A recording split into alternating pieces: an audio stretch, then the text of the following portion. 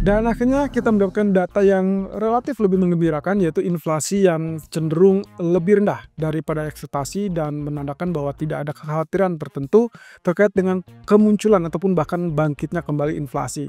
Tapi masalahnya adalah rintangan berikutnya mungkin akan lebih spesifik kepada tingkat konsumsi warga ataupun ya kita anggap itu adalah daya beli masyarakat. Nah, apakah ini akan menjadikan tumpuan harapan berikutnya sebelum nantinya kita akan berhadapan tentunya minggu depan dengan dua agenda bank sentral utama yaitu BOJ dan juga FOMC di akhir bulan. Nah, tapi masalahnya ada beberapa hal yang juga harus kita ketahui terlebih dulu terkait dengan geopolitik berikut ini. So, beberapa data ekonomi kemarin kita sudah lihat inflasi dan semua tentang inflasi dari Inggris ataupun dari Amerika. Dan betul saja data inflasinya relatif lebih rendah. Kalau kita lihat di sini data untuk Inggris terutama CPI-nya berada di 2,5%, lebih rendah daripada ekspektasi 2,6 dan ya bisa dibilang turun ya dibandingkan previous 2,6%. Sementara untuk basis bulanannya itu ada di 0,3%, sedikit di bawah ekspektasi 0,4% walaupun ya dikategorikannya adalah naik dari 0,1% secara basis bulanan. Kalau lihat dari sini teman-teman, sebetulnya reaksi yang sempat terjadi adalah pound sterling itu sempat mengalami pelemahan ataupun penurunan dikarenakan ya dengan data inflasi yang relatif lebih rendah berarti menandakan pula kemungkinannya adalah proses disinflasi yang juga terjadi pada Inggris semakin menegaskan bahwa mau tidak mau kemungkinan BOE masih tetap dalam jalur penurunan suku bunga. Nah, cuman masalahnya itu hanya berjalan sesaat dan kita lihat range pergerakannya relatif tipis ataupun relatif terbatas. Kemudian di malam hari dihajar lagi dengan data inflasi dari Amerika. Dan betul saja ternyata data inflasinya semua akan teralih kepada data core CPI. Ini persis dengan apa yang kita kemarin bahas, yaitu bukan ke masalah inflasi utama tapi inflasi inti. Dan kita lihat di sini inflasi utama itu berada sesuai dengan ekspektasi 2,9%, naik dari previous 2,7%, dan juga untuk basis bulanannya itu naik ke 0,4% sesuai dengan ekspektasi. Nah, jadi yang harusnya terjadi kan mungkin Anda berpikir harusnya ini dolar akan mulai penguatan, tapi coba tengok lagi. Core CPI itu ternyata datanya 0,2% untuk basis bulanan turun dari 0,3%. Sehingga akhirnya membuat core CPI basis tahunannya juga turun dari 3,3 menjadi 3,2%. Apakah ini yang membuat dolar kembali melempem? Ya, saya jelaskan bahwa ini adalah yang dinantikan atau yang ditunggu-tunggu karena balik lagi data core CPI itu berarti inflasi inti yang meniadakan ataupun ya bisa dibilang kategorinya tidak menyertakan harga makanan ataupun harga energi yang cenderung bergejolak. Jadi ceritanya inflasi yang terjadi ataupun yang tercatat itu adalah inflasi yang relatif bisa dibilang mendasari ataupun yang mendasari inflasi.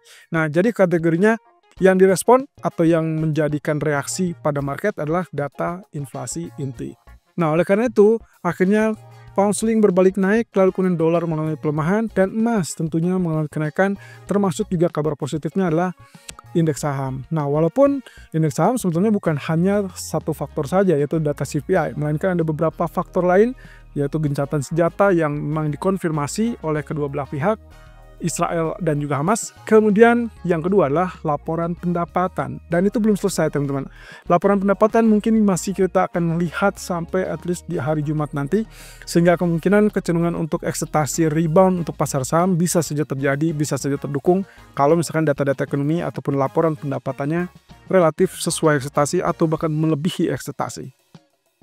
Di sisi lain market movernya ya berarti setelah 2 hari berturut-turut kita dapatkan data PPI yang lebih rendah, kemudian core CPI yang juga lebih rendah, maka ini memunculkan kembali ekspektasi terkait dengan penurunan suku bunga Fed yang masih tetap terbuka. Yang juga kalau kita kategorikan kombinasi ini yang seperti yang saya sempat sebutkan nanti akan muncul dengan data inflasi PCE yang baru akan rilis di akhir bulan. Jadi PCE ini sebetulnya adalah konsumsi ataupun konsumen ya bisa dibilang consumption personal expenditure ya atau konsumsi pribadi lah gitu. Nah, jadi kalau misalkan lihat dari seperti ini ada harapan nih dari PPI-nya kan sisi produsen, CPI dari sisi konsumen. Kalau memang keduanya lemah, otomatis data inflasi PCE nanti yang akan rilis sekitar akhir bulan kemungkinan akan relatif turun. Dan penurunan ini diperkirakan akan memberikan optimisme yang tinggi terhadap proses disinflasi yang berlanjut. Sehingga pada dasarnya ini akan menjadi kabar positif di mana Federal Reserve kemungkinan masih tetap terbuka untuk 2 kali penurunan di tahun 2025. Jadi catatannya teman-teman, ini memang tidak untuk mendukung penurunan suku bunga di bulan Januari yang akan dilakukan di pertemuan kurang lebih akhir bulan ini. Tapi ini akan mendorong untuk kemungkinan potensi berikutnya, atau dengan kata lain secara keseluruhan di tahun 2025 tetap membuka jalur 2 kali penurunan persis dengan apa yang diinginkan ataupun di dalam dot plot Desember kemarin. Bahkan para pejabat dari Federal Reserve seperti Barkin, kemudian Goolsbee dan juga John Williams cenderung yakin, optimis terkait dengan kemungkinan proses disinflasi tetap berlanjut dan target inflasi 2% sepertinya semakin cukup, bisa dibilang cukup dekat. Nah, ini adalah beberapa reaksi dan juga termasuk pandangan ya dari beberapa bank terkait dengan data CPI tadi malam. Oke, dari Goldman Sachs menilai bahwa inflasi tersebut akan mendukung untuk siklus pelonggaran dari Federal Reserve masih tetap berjalan. Jadi artinya kemungkinan inilah yang membuat kenapa optimisme pasar cukup tinggi untuk penurunan berikutnya setelah sebelumnya diganggu oleh data non-farm payroll ataupun data tenaga kerja yang cukup bagus. Jadi menurut Goldman Sachs, dengan kondisi pasar tenaga kerja yang relatif kuat, maka Fed kemungkinan Januari akan unchanged alias akan menunggu dan mungkin menahan suku bunga gitu ya. Tapi di pertemuan-pertemuan berikutnya, dengan kata lain di sepanjang 2025 tetap terbuka untuk pemangkasan. Nah, Morgan Stanley sendiri melihat ada kemungkinan dari beberapa hal yang terjadi 2 hari ke belakang. PPI dan juga CPI berarti akan mengkoordinasikan ataupun memposisikan ya data inflasi PCE nantinya akan relatif turun. Dengan perkiraan mereka PCE utama akan berada di 0,26 dan juga PCE inti di 0,16. Lagi-lagi teman-teman perhatikan yang inti alias core PCE, yang mana beberapa artikel menyebut kalau misalkan angka tersebut berada di bawah 0,2%, that means good, dan kemungkinan kita akan dapatkan tekanan untuk US dollar kembali. Tapi hati-hati ya, karena mungkin seminggu ke depan kita mungkin ada beberapa challenge data ekonomi berikutnya, dan termasuk nanti malam data retail sales. Nah, kemudian Wells Fargo menilai bahwa kemungkinan Fed akan melakukan pemangkasan 2 kali, dan itu kurang lebih di bulan September dan juga Desember. Nah, ini tentunya berbeda ya.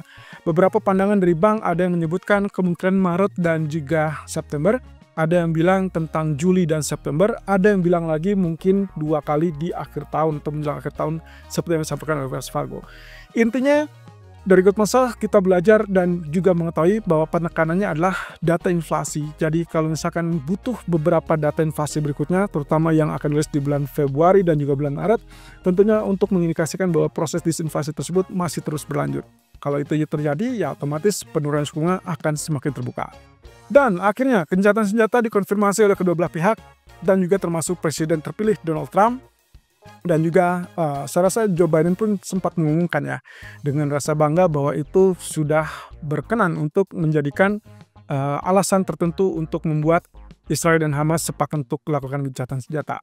Nah, tanda tanyanya teman-teman, ada hal yang juga cukup menarik di sini. Kalau kita lihat ke belakang beberapa case yang terjadi setiap ada obrolan ataupun diskusi terkait dengan gencatan senjata, entah dari pihak Hamas ataupun dari pihak Israelnya, kecenderungan kadang-kadang suka bertolak belakang. Dan ini kemungkinan yang terjadi juga karena di website lain saya sempat membaca juga ada warning di situ bahwa Benjamin Netanyahu, Perdana Menteri Israel, mengatakan bahwa Hamas kurang lebih disebut mengingkari persyaratan yang dibutuhkan dalam gencatan senjata. Nah, ini sebetulnya akan menjadi friksi ataupun gesekan lagi. Kalau betul terjadi, maka bisa saja terancam gencatan senjata tersebut gagal. Tapi poin utamanya menurut Donald Trump, kalau misalkan ini lancar dan juga sesuai dengan kesepakatan, tidak ada intrik ataupun drama di dalamnya, maka kesepakatan awal itulah gencatan senjata di 6 minggu pertama.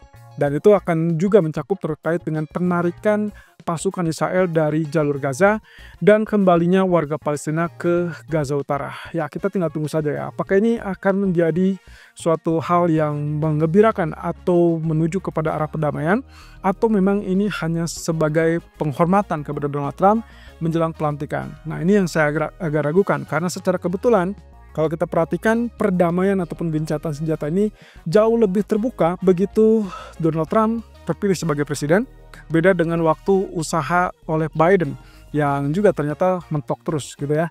Dan bahkan ini hampir bisa dipastikan seminggu menjelang pelantikan dari Donald Trump, ada sedikit tekanan kepada Benjamin Netanyahu. Nah, apapun itu teman-teman, saya menyambut dengan positif dan juga optimisme, dan saya rasa dengan perdamaian ini akan jauh lebih memudahkan Artinya secara ketidaklangsungan kita akan melihat ada posisi di mana ketidakpastian atau salah satu ketidakpastian dari sisi geopolitik sudah berkurang atau bahkan memudar. Berarti dari sisi geopolitik peperangan kita tinggal menyisakan satu, Ukraina dan Rusia, yang mana itu akan sangat sulit dan kompleks ke depannya. Dan kalau kita lihat dari sini, Bloomberg juga memunculkan optimisme terkait dengan kenaikan suku bunga, dan kebijakan tersebut akan diusung oleh BOJ atau Bank of Japan kemungkinan kurang lebih di minggu depan, pertemuan tanggal 23-24 Januari. Cukup menarik ya, karena pelantikan Donald Trump itu tanggal 20 Januari, sementara kalau misalkan kita lihat agenda dari BOJ itu di tanggal 23-24 Januari. Optimismenya adalah menaikkan suku bunga dengan asumsi 25 basis point atau 0,25% menjadi 0,5%. Dengan catatan ini yang dilihat adalah dari pernyataan Katsuo Ueda dan juga wakil atau deputi gubernur dari BOJ. Ya, ini memberikan indikasi yang cukup optimis terkait dengan data-data ekonomi terakhir. Inflasinya cukup bisa dibilang moderat untuk naik. Kemudian juga data-data lain yang juga cukup mendukung, yaitu kenaikan upah. Nah, posisinya adalah pembahasan upah ini masih terus berlanjut. Nah, dari Reuters mengatakan jajak pendapat menunjukkan bahwa BOJ kemungkinan baru akan menaikkan di bulan Maret. Ini persis dengan apa yang saya sempat sampaikan ya. Pandangan saya pun kalau kita mengacu kepada posisi di Januari 2024 dan juga Maret 2024, maka yang paling potensial untuk menaikkan suku bunga itu adalah di bulan Maret. Nah, ini jajak pendapat dari Reuters pun menunjukkan hal seperti itu. 59 dari 61 ya ekonom yang disurvei oleh Reuters menunjukkan mereka berpikir Maret lah yang kemungkinan terjadi. Sementara hampir 32 ekonom mengatakan bahwa BOJ kemungkinan akan menaikkan di tanggal 24 Januari. Ya, bisa dibilang mungkin ini setengahnya. Nah, sementara kalau lihat dari apa yang dilakukan oleh Reuters, survei juga menunjukkan 2/3 dari kurang lebih 21 ekonom mengatakan kemungkinan pihak berwenang Jepang itu akan melakukan intervensi kalau mata uangnya melemah sampai 165 versus dolar. Jadi dalam ini berarti artinya USD Japanese Yen akan melonjak sampai 165, dan kalau itu terjadi berarti akan terjadi intervensi. Ini mungkin kaitannya kalau misalkan kita kaitkan tidak ada kenaikan suku bunga di bulan Januari, kemudian ada resiko yang mungkin muncul kalau misalkan katakanlah BOJ menunda untuk menaikkan di bulan Januari, sementara di tanggal 20 Januarinya ada satu hal yang mungkin bisa dibilang terjadi yang tidak diinginkan, yaitu pasca dilantiknya Donald Trump. Ya, kita tinggal tunggu saja. Beberapa survei pun mengatakan ada kemungkinan ke arah sana. Nah, kemudian ini adalah prediksi dari beberapa bank yang kemarin sudah sempat kita singgung, yaitu terkait dengan UBS dan juga Goldman Sachs. Tapi saya rasa untuk euro ataupun bahkan pound sterling sedikit pun dia belum menunjukkan tanda-tanda penurunan lebih lanjut, dan mungkin masih tetap menantikan dengan data ekonomi berikutnya, termasuk juga kemungkinan dari US dollar. So, kita akan lihat apakah apa yang disampaikan oleh UBS itu terwujud apa tidak. Angka parity 1.00 saya rasa sangat dekat ya, karena kemarin sudah sampai di bawah 1.02.